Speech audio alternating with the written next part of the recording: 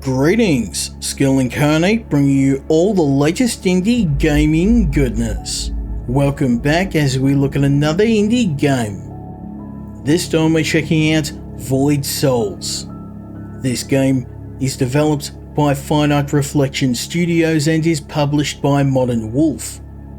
These guys were also behind the excellent Stalker-inspired extraction shooter Zero Sievert, which I've also reviewed and highly recommend. Void Souls is their take on a Minimalist Soulslike, and when I first saw the visuals of the game I was a bit skeptical whether this would work, but I was very wrong. This game is one of the tightest little Souls-like games I've played this year, and is an excellent experience. I've spent many hours learning the game and I wanted to show you some of the campaign and why you should check this game out for yourself. Let's delve in to the world of Void Souls.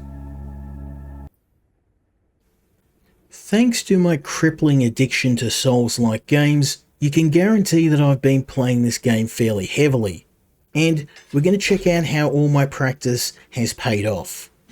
Instead of playing the opening section of the game, we're going to get straight to the good part. Now this is the prison. It's the area where you start off and you have to fight your way all the way to the exit of the prison where you take on the boss, the Warden, the first guardian of the game. I've actually done most of that already, and we're going to take on the Warden and also the second boss of the game, who resides in the forest, who's called the Poacher. Now don't let this game's minimalist look fool you, it is hard as nails.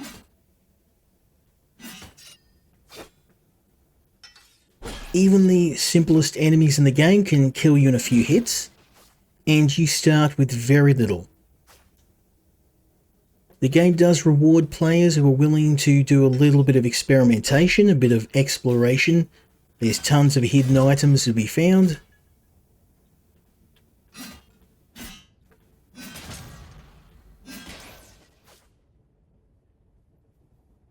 And some of the best artifacts in the game are actually located in hidden areas. We've actually got one right here.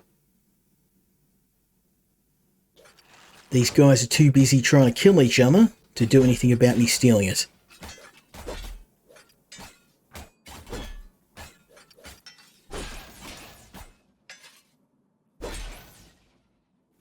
Thanks, suckers. Now I've got myself a very useful artifact, the ruby vial. We're going to rest, and what I'm going to do for the first boss, because I've fought him a few times, I'm actually going to handicap myself. The hammer is a very slow, very onerous weapon to use, but if you can master it, it can absolutely decimate your foes. Our new ruby vial allows us to recharge our potion with every 4 enemies killed, and that is an incredibly useful artifact to find. Now it's time to take on the Warden. And for a first boss of the game, he is quite formidable. The only thing we have on our side is the fact that we have these pillars here.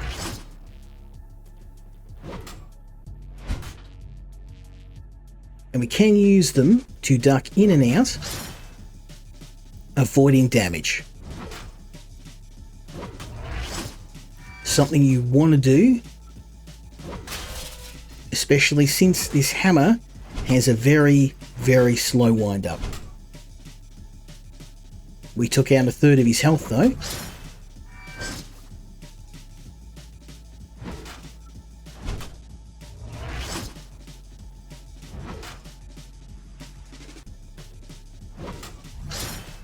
Just chipping away at his health.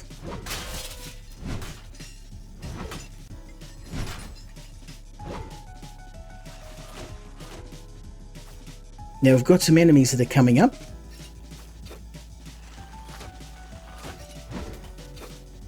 The good thing about the hammer though is it does have knockback, and it makes these swordsman's attacks pretty much useless against us, because I can just pull off a move like that.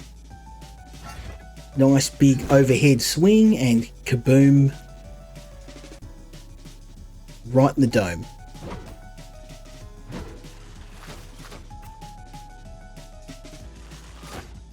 Now I've also got some throwing knives, but these guys are a little bit too... Oh, I was going to say they're too mobile to hit with a knife, but he proved me wrong.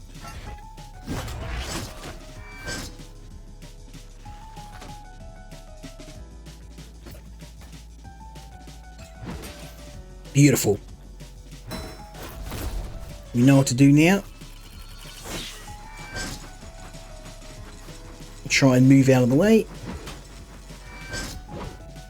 Now the problem with this hammer is that you have to commit. Once you do a swing, you're pretty much stuck with it. So if he has an attack mid-hit, I'm going to get smashed.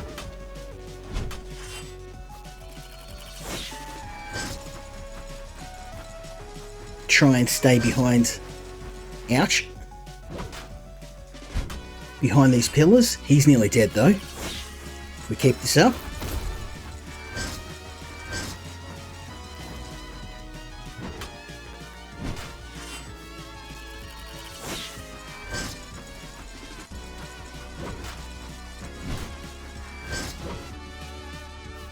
Now he's near death. If we're careful,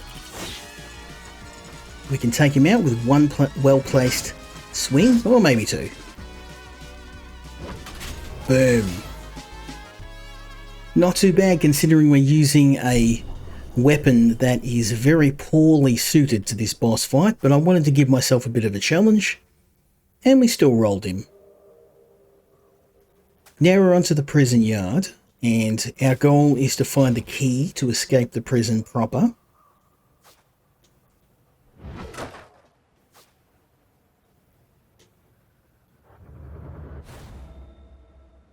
We can refill our health.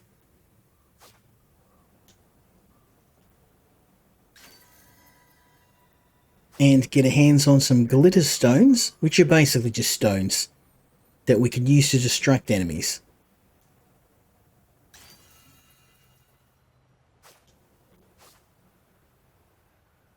Now up against these puppies,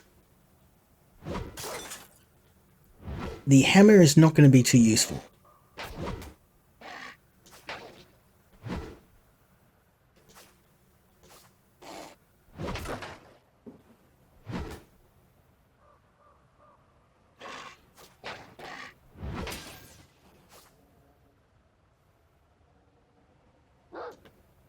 The dogs are very fast.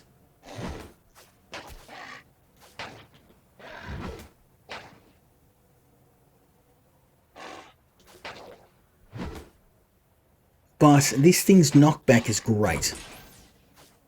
Fantastic. So our next goal is to hunt down, there we go, a torch, which we can then use to light the fire in the top of the camp and get ourselves a key.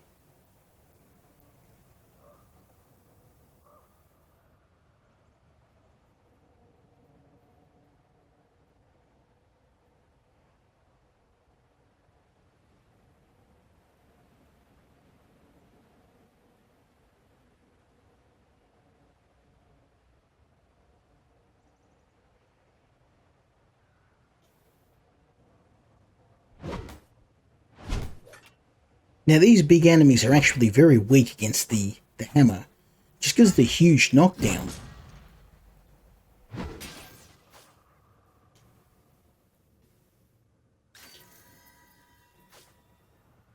Okay, map of the prison. That's not that useful because this area is pretty small, but once we get into the forest with these huge winding passages, the maps are going to be far more needed.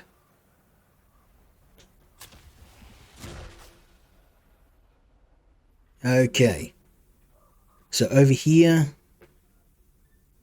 Gonna drop this here. Oh, I did forget one little thing, which is I need to equip my torch. I'm also going to swap out the hammer as much as it's been handy. Where we're headed, I'm going to need something a lot more precise. And I am going to swap out my throwing knives for a bow. And finally, we're going to equip the torch. And we'll equip these stones as well. They'll come in handy later. But the torch, we're going to need to light the fire and melt that block of ice so we can get the key and finally get out of this prison. Okay. Boom. So now we can just drop this frozen key into the fire.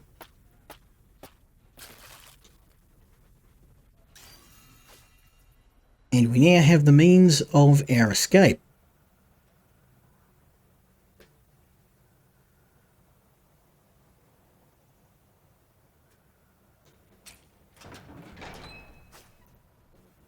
Sweet, sweet freedom. The Warden is dead. We have escaped the prison. And now we're into the forest.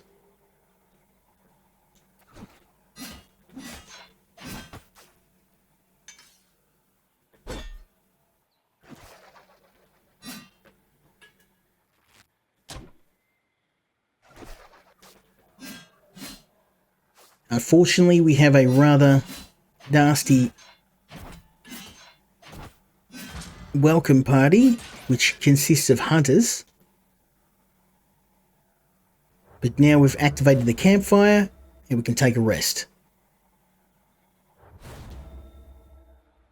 We can't yet level up, but if we can get some more souls, we'll be able to level up and take on our next challenge, who is the Poacher. The forest is where the game really starts to ramp up the difficulty. We have a number of dangerous enemies residing in the forest, from hostile wildlife to deadly hunters, and they like to work in packs. Thankfully, we have a couple of new items and a few weapons of our own, chiefly being my bow and trusty sword.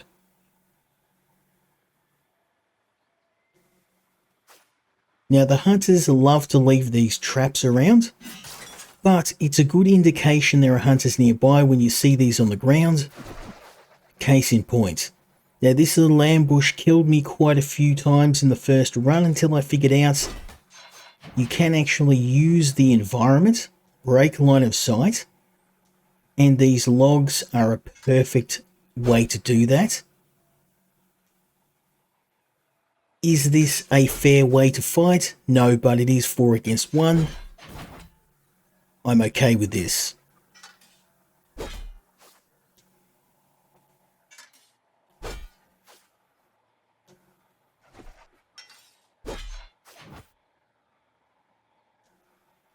So we're doing a little bit of hit and run. One down.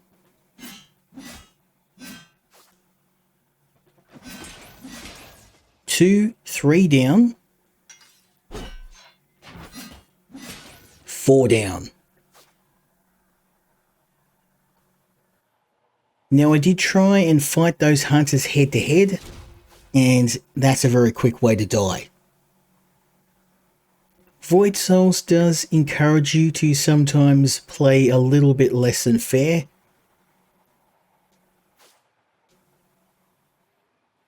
There's a lot of traps and enemies often waiting.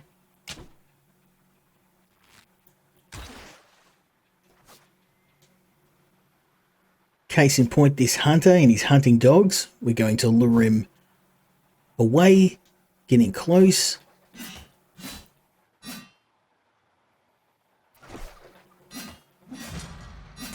Boom. Now we're going to take on his hunting dogs.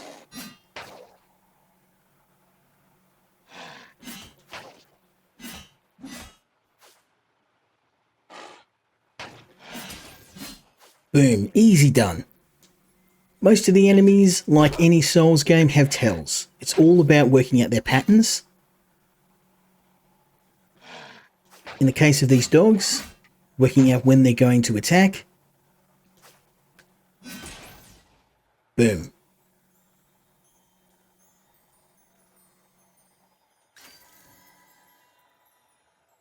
And we've got a magic mushroom.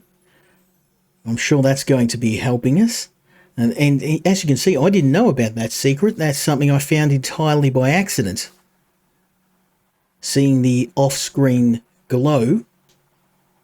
There are so many hidden items in this game, and often the best artifacts, the best upgrades are the ones that you find in hidden areas. They make the game extremely more manageable if you can hunt them down. So it is worth checking every nook and cranny. I am curious to see what our magic mushroom is going to do.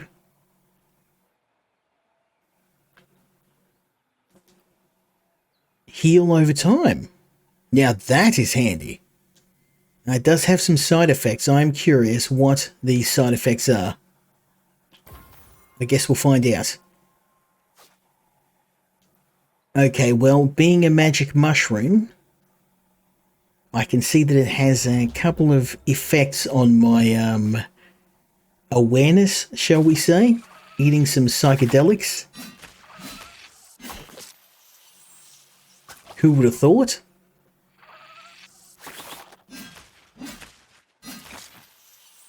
Still though, that is an emergency healing item, which is going to be extremely useful. As you can see, we only have 2 healing potions, so we definitely want to keep every healing item we can. We do have an artifact which will replenish our potions for every few enemies we kill. That way is the mountains. We're going to continue into the forest.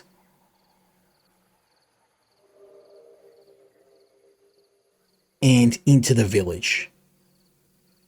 So the village has a lot of vibes from another very popular indie game called Darkwood, a game that I highly recommend you try. With these dilapidated buildings, dead trees, it's definitely a very oppressive atmosphere. But there's a lot of really useful items you can find if you're willing to do a bit of exploration. Finding the soul shards, if you can get yourself 6 of them, it will net you a bonus attribute point, which is very welcome.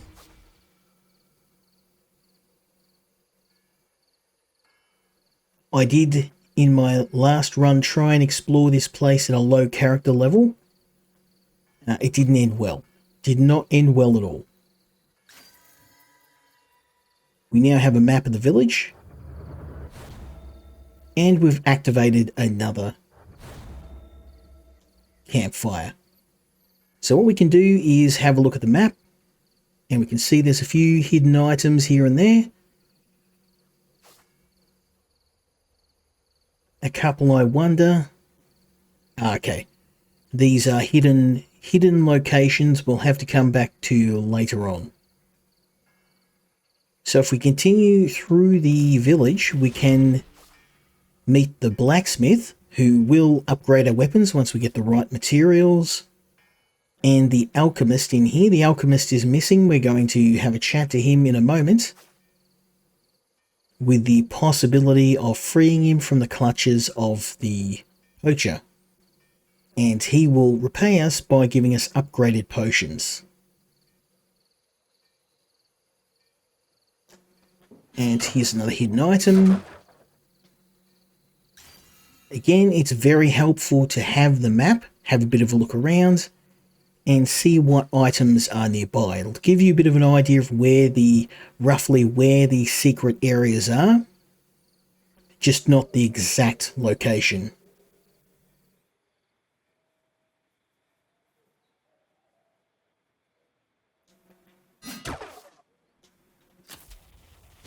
Okay, this is the forest bridge and the poacher is across from here. We're going to come back here because I'm going to need the key to get into the hunter's lair, the poacher's lair.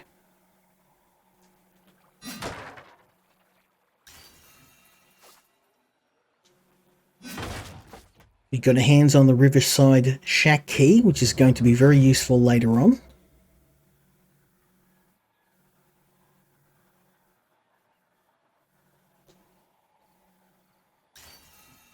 Oh, another soul shard, so we've got nearly enough. If we can collect 6, we get an extra attribute point. And we need all that we can. I am only level 13, but you can take this, depending on your skill in the game, you can take on the game at a lower level. But level ups in Void Souls are very potent, far more than they are games like Dark Souls. If you do upgrade your vitality, for example, you will get a pretty big boost to your health. Like I've nearly doubled my health. So this game is a bit more forgiving for newer players. We've just unlocked a shortcut back to the starting area of the forest. And we can take these guys on.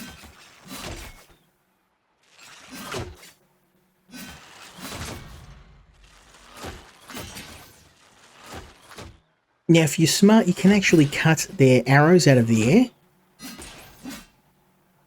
There we go. Excellent. I've actually got 5 out of 6 soul shards, meaning 1 more shard and I will be able to get a stat upgrade. Moving on to the cave, we've got this giant bear here who I can take on. If we kill him, we get an artifact, which is quite useful.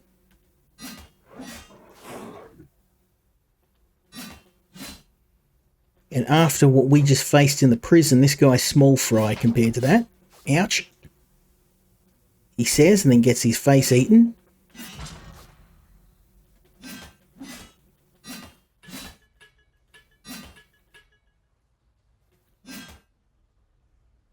As you can see, he has quite a health bar.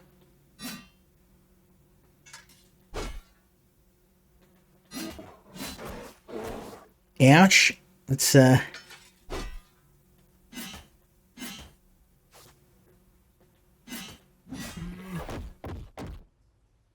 stay back, shall we? He's nearly dead. Now, it's not mainly the artifact that I want, it's what he's guarding. He killed a very powerful hunter.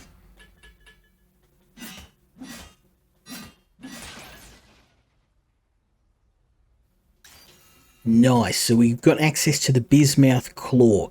Now, that's not a super useful artifact by itself. It allows you to do more damage when you've taken damage yourself. But it's what in here that I really want, the Hunter's Bow. And the Snare Trap. So what we can do is I'm going to heal myself.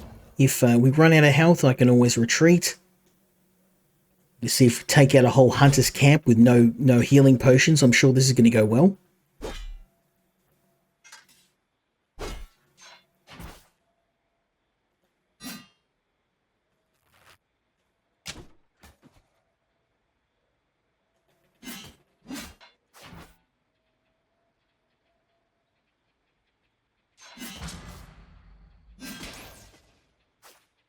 Very nice.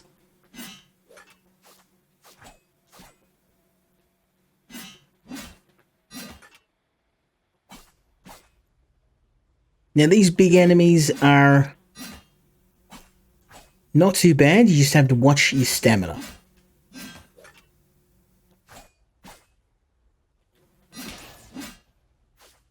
And remembering, with every 4 enemies we kill, we get that bonus potion. So,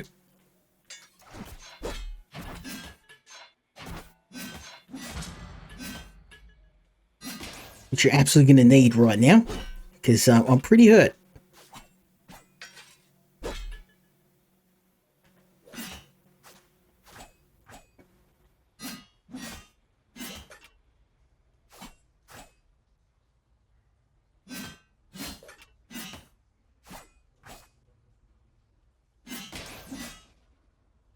Right on time.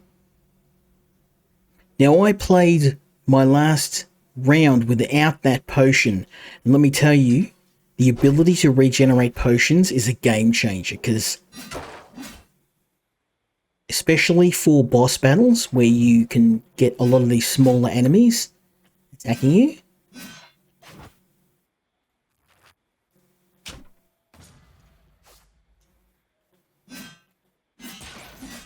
Beautiful. So what we can do now is get this forest map and open this cage, and a bear's gonna attack my face. Nope, they're gonna leave me alone. No, of course not.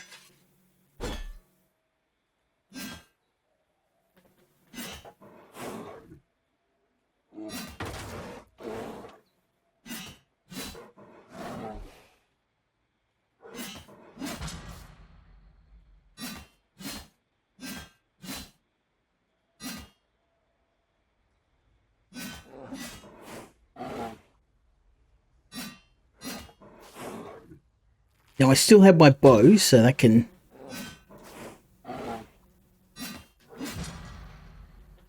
definitely help.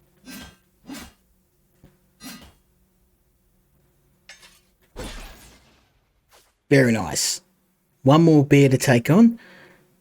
Not really liking my health bar right now, so... And I've got enough for a level up, so I definitely don't want to die.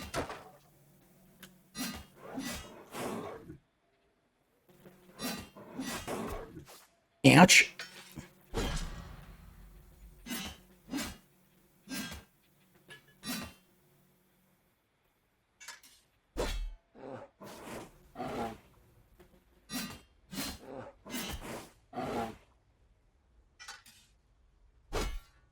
One or two more hits, I'm dead. So let's maybe do this by the numbers. We'll use my sword's long strike technique. Oh, not too bad. Not too bad at all. We cut it a bit fine, but not only did I take out a whole camp full of hunters and a giant bear, I did it with only 2 potions.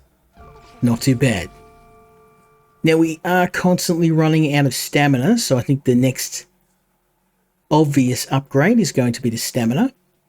I'm going to move across to my loadout, and we're going to swap to the hunter's bow with some additional damage and some extra arrows. And finally, we are going to equip the snare trap, which will allow me to ensnare enemies. Not so much useful against the bosses, but against some of the bigger enemies, we can immobilize them in the same way they do to us with the nets. So now it's time to take on the poacher. We now have access to the lair of the poacher. The poacher is keeping the alchemist prisoner, and he can give us some very powerful upgrades to our potions if we can set him free. But the poacher is a far more difficult boss fight than the first. Not only does he have a deadly spear which gives him a range advantage, he also makes use of poison and nets. Lastly, the arena is far more to his advantage than ours.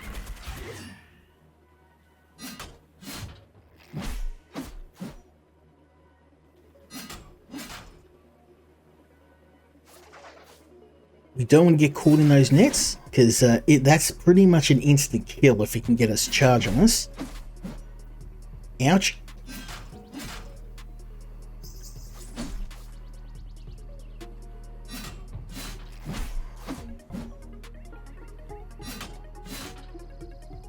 It's better just to get a single hit or two. Duck in, duck out. Try and stun him.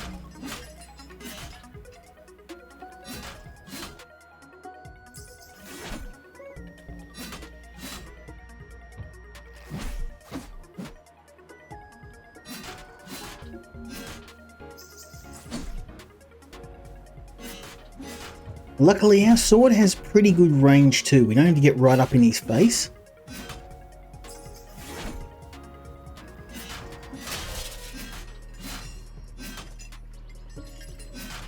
The battle is going well so far. We've only had a few glancing attacks. He's now in phase 2 though, and he's going to use a deadly charge attack, as well as making some of the arena uninhabitable due to the poison, so we do have to work around that.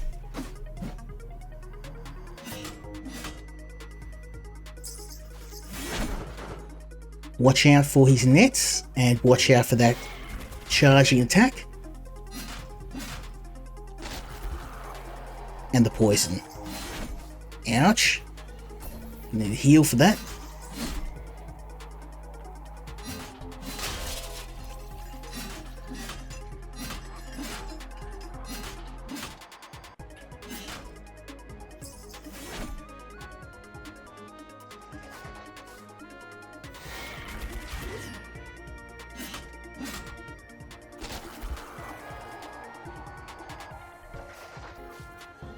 Dodge his nets and his charge. We're doing quite well. I'm worried he's going to back us into a corner here though.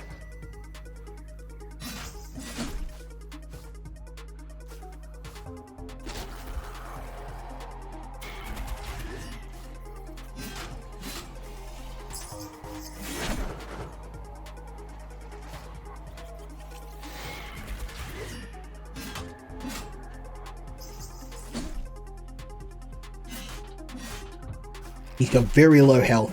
You just have to keep up the pressure. Keep chipping away. He's close to being stunned.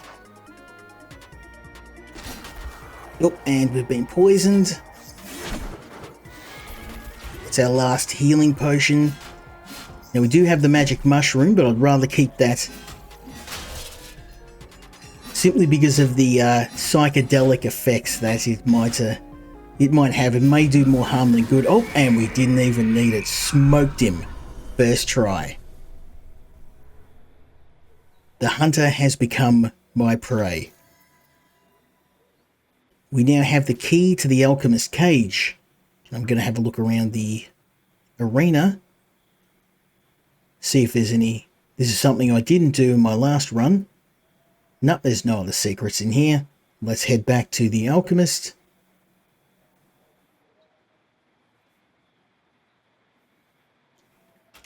Thank you, my friend. He's going to head back to the village.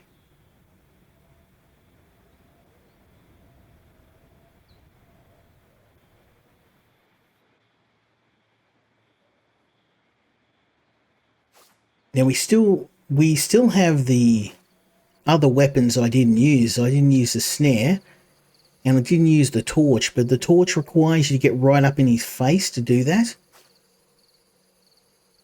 I mean, I could have tried the snare, but it doesn't seem to work very well on bosses.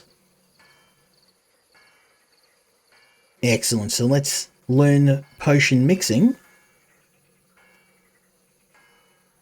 And then now if we head back to the bonfire, we can apply our potion upgrade.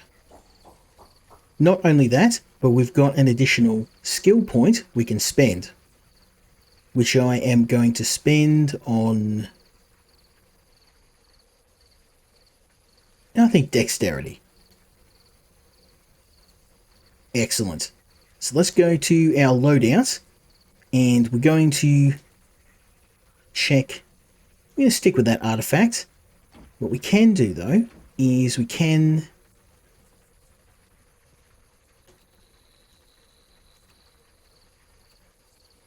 apply our healing potion. There we go. Essence of a Hero, which is going to give us an additional 25% to our healing, which is no small amount. So now healing ourselves will heal almost our entire life in one hit. Very nice. So with that, I'm going to end the video. We have taken on the first two areas of the game, the first two bosses. If you like what you saw, go and check this game out. As I've said, I'm a massive fan of the publisher's work. The Zero Sievert game was one of my favourite indie titles, and honestly I think the developer has outdone themselves once again. This is another fantastic game, showing how these little indie companies can do a hell of a lot with not very much at all. If you want to play more minimalist games, go and check this out. In my opinion, it's one of the best Souls-likes I've played this year, and if you want to see more Souls-likes and more games like this, leave me a like, leave me a subscribe, let me know what you think in the comments, and hopefully you'll join me next time when we check out another indie game. Until then, Skill Incarnate, out.